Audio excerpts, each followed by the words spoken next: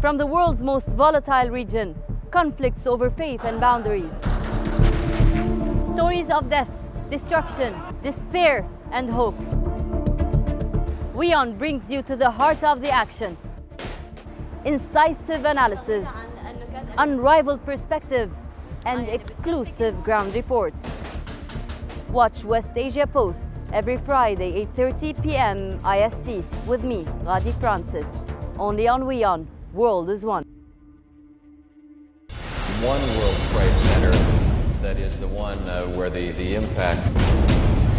The cause of India's freedom for many years. I, Donald John Trump, do solemnly swear. Work in progress.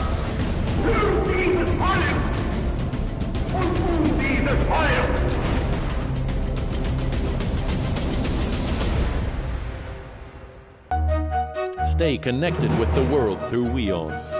Like the page on Facebook. Follow us on Twitter for new alerts. Instagram for videos and images. And the website for the latest news, views, and analysis. WIONews.com. World is one. From the world's most volatile region, conflicts over faith and boundaries. Stories of death, destruction, despair, and hope. WION brings you to the heart of the action. Incisive analysis, unrivaled perspective, and exclusive ground reports. Watch West Asia Post every Friday, 8:30 p.m. IST with me, Ghadi Francis.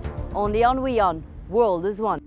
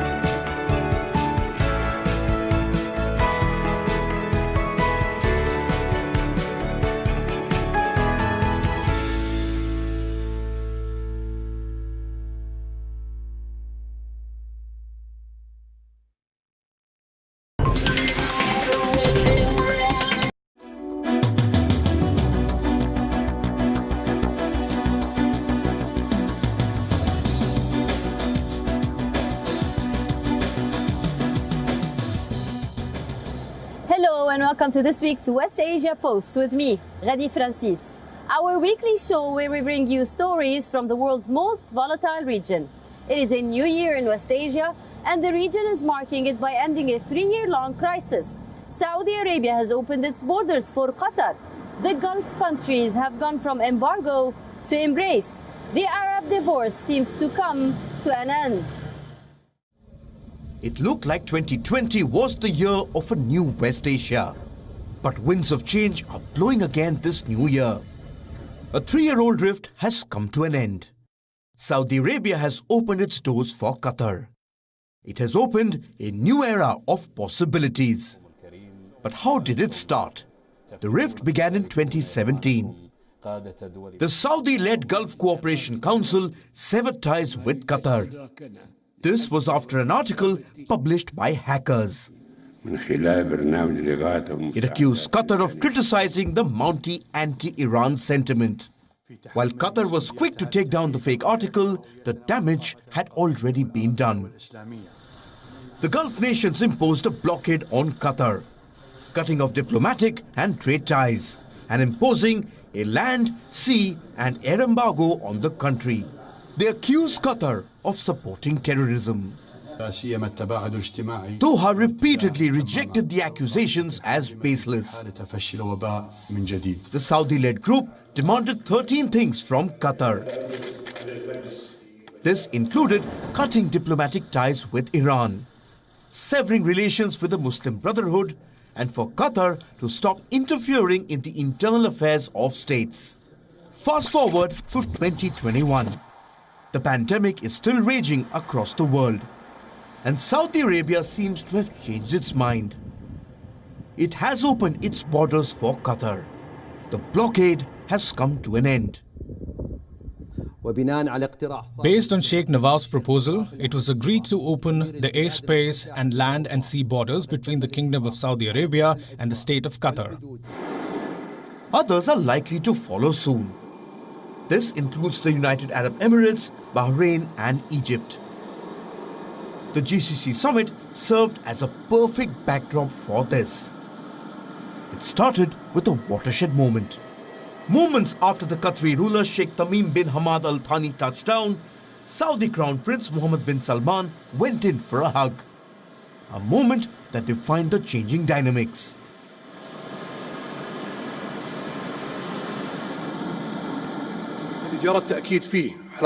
These efforts helped us reach the agreement of the Al-Ula statement that will be signed at this summit, where we affirm our Gulf, Arab and Islamic solidarity and stability and straighten the amicable relations between our countries in order to serve the interest of their people.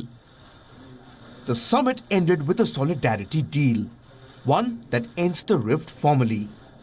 So how did the nations reach here? US mediation efforts are being touted for the end of the rift.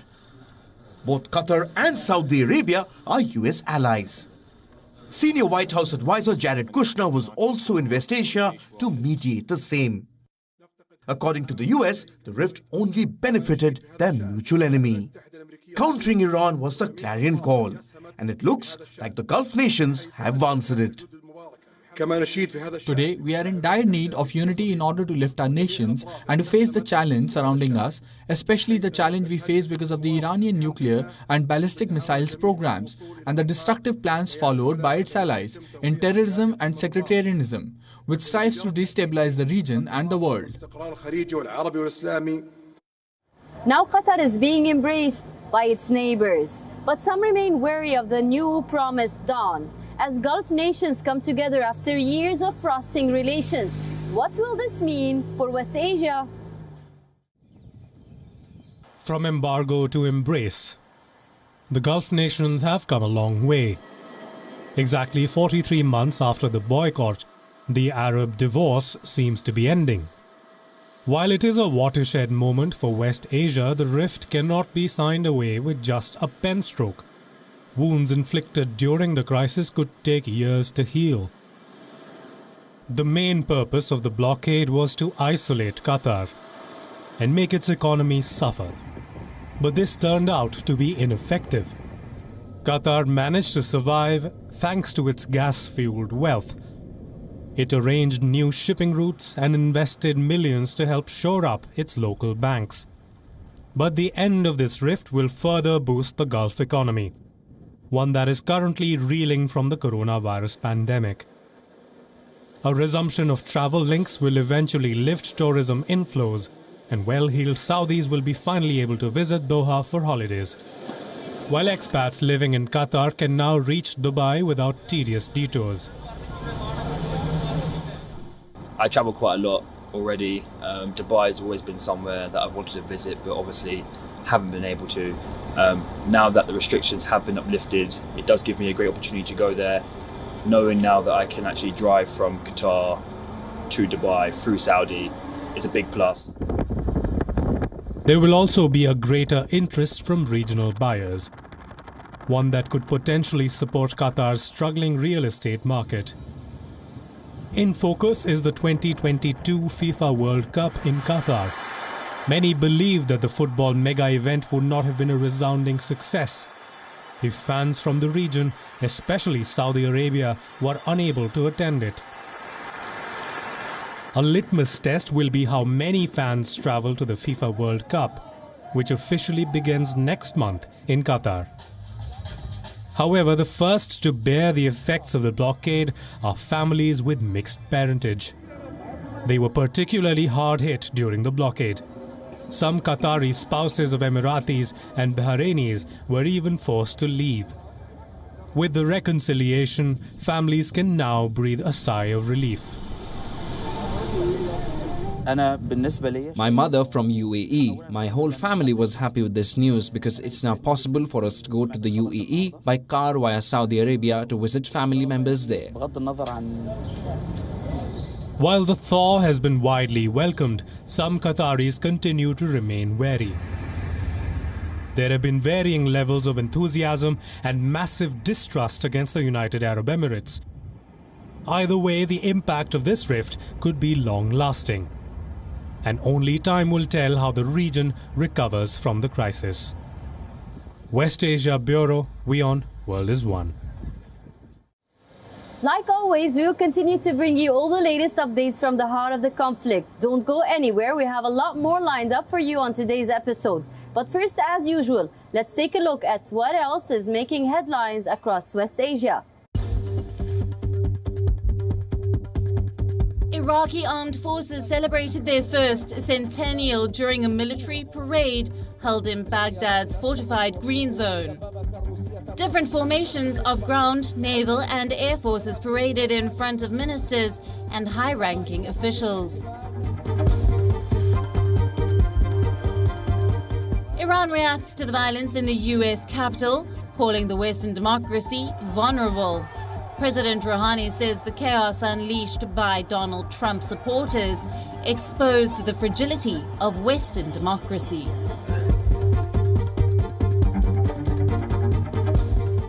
Violent scenes unfolded at Istanbul's Gcc University. Students and teachers are protesting against the new rector appointed by President Recep Tayyip Erdogan. Many have slammed this appointment, calling it undemocratic.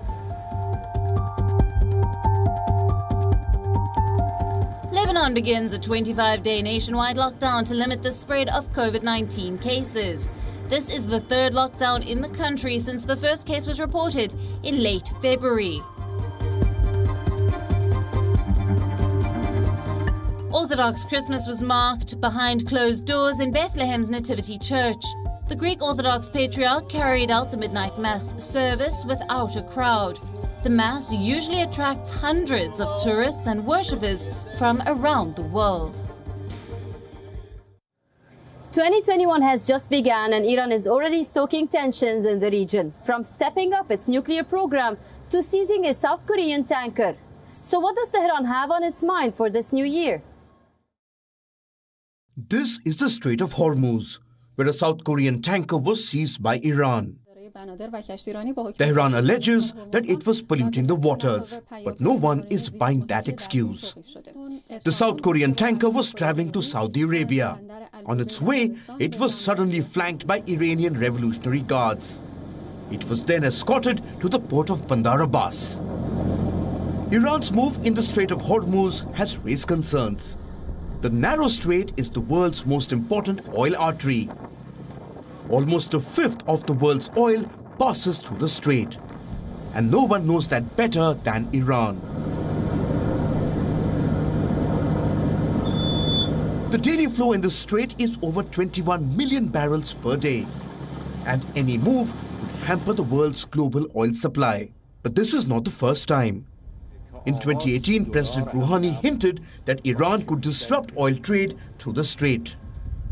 This was in response to US calls to reduce Iran's oil exports to zero. So the message is clear here. Iran is sending a signal to the United States. And South Korea has managed to get itself involved in the tensions. While Iran was accused of taking the crew hostage, the country remained defiant, hitting back at South Korea instead. If there is any hostage taking, it is Korea's government that is holding more than $7 billion, which belongs to us, hostage on baseless grounds. But this is not the only thing Iran is doing. For weeks, tensions have remained high in the region. There were concerns about Iran flexing its muscle.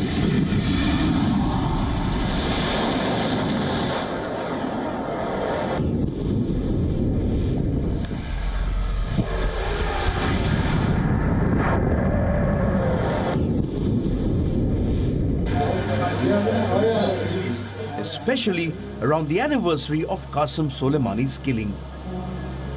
And the country has done just that. Tehran began the year by stepping up its nuclear program. The country is currently enriching uranium at 20%, a level it had achieved before the 2015 nuclear deal. This is well above the 3.67% cap set in the deal. This action has been taken based on a parliamentary resolution, and we think that it conforms with paragraph 36 of the Joint Comprehensive Plan of Action. With paragraph 36 of the JCPOA, we have the choice. Iran reserves the right to take appropriate action until the other parties fulfill their commitments. It is happening currently in Iran's Fordo site, a hidden nuclear facility inside a mountain.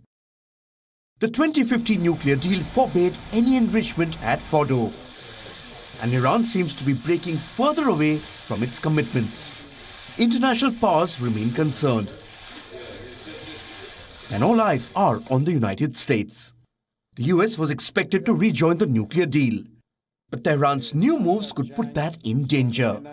For Joe Biden, this is a conundrum.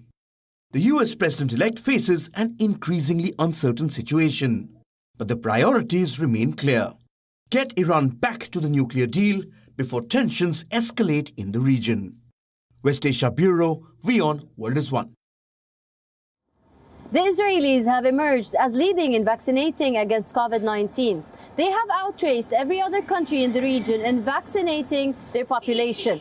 But how are they able to achieve this? Our next report tells you more.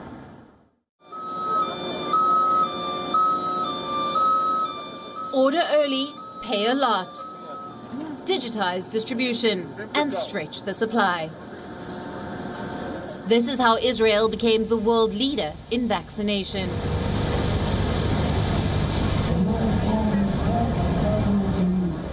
The country has inoculated nearly 15% of its population, and it shows no signs of stopping. In fact, Israel is vaccinating so fast that it is running out of vaccines.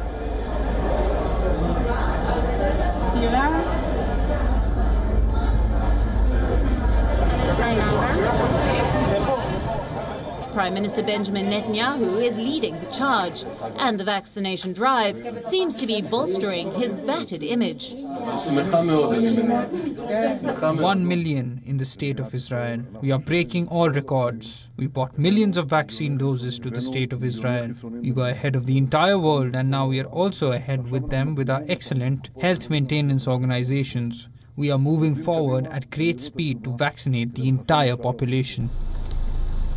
So how did Israel achieve this?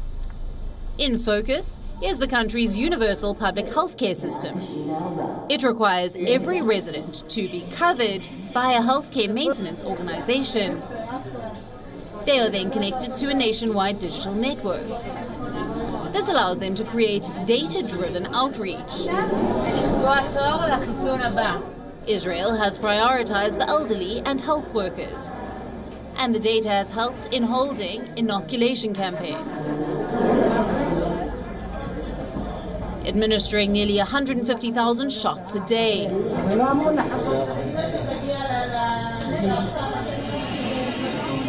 Israel's relatively small population of 9 million also plays a key role. But what was crucial for the country is the early vaccine procurement. Israel cast a wide net for securing vaccines early on. It was one of the first countries to reach a purchase agreement with Moderna. Once the vaccines reached the country, Israeli teams repacked the large ultra-frozen pallets into insulated boxes, often the size of small pizzas. This allowed them to distribute it in smaller numbers and at more remote sites.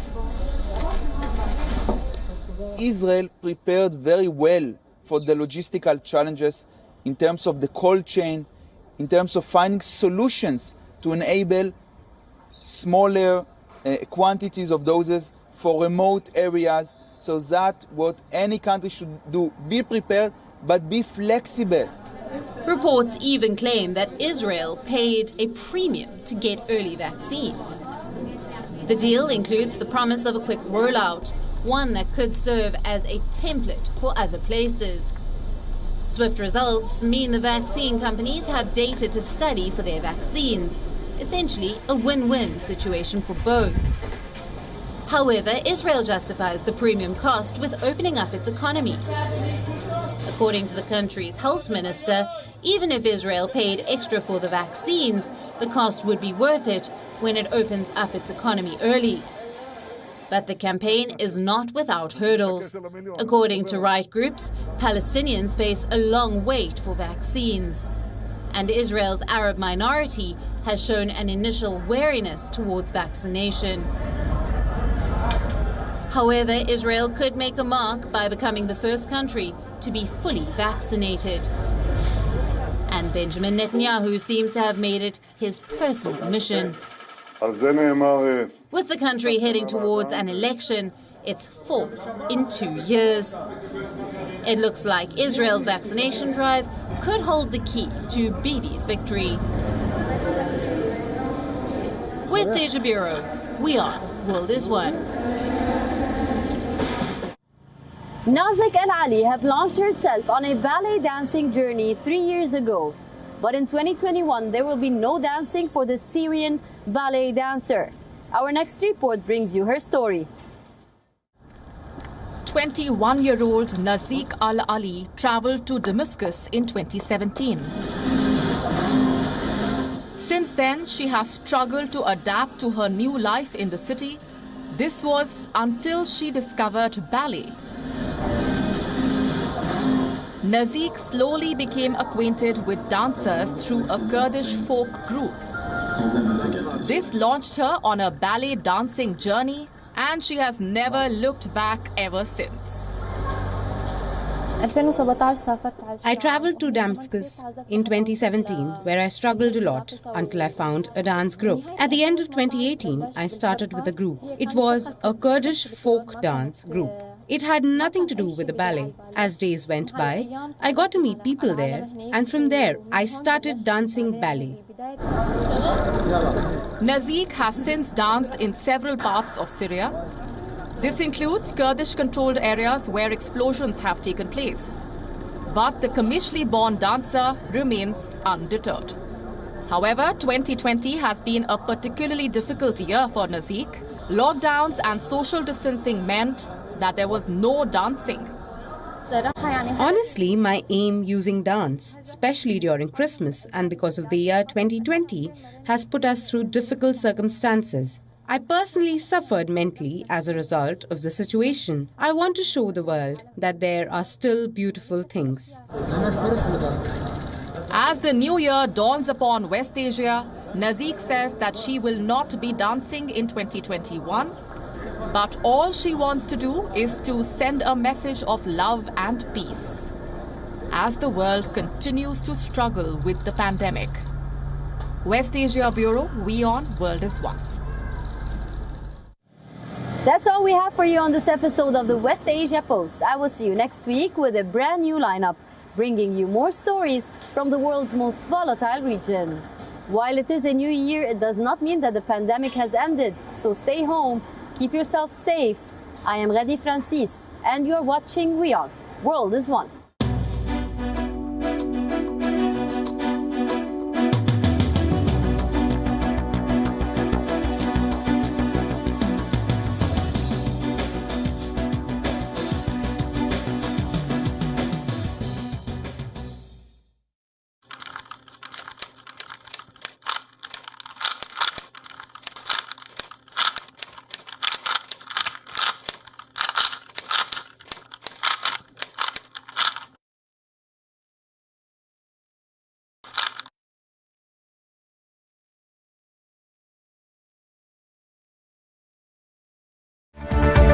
WION now available in the United States. Download the app now.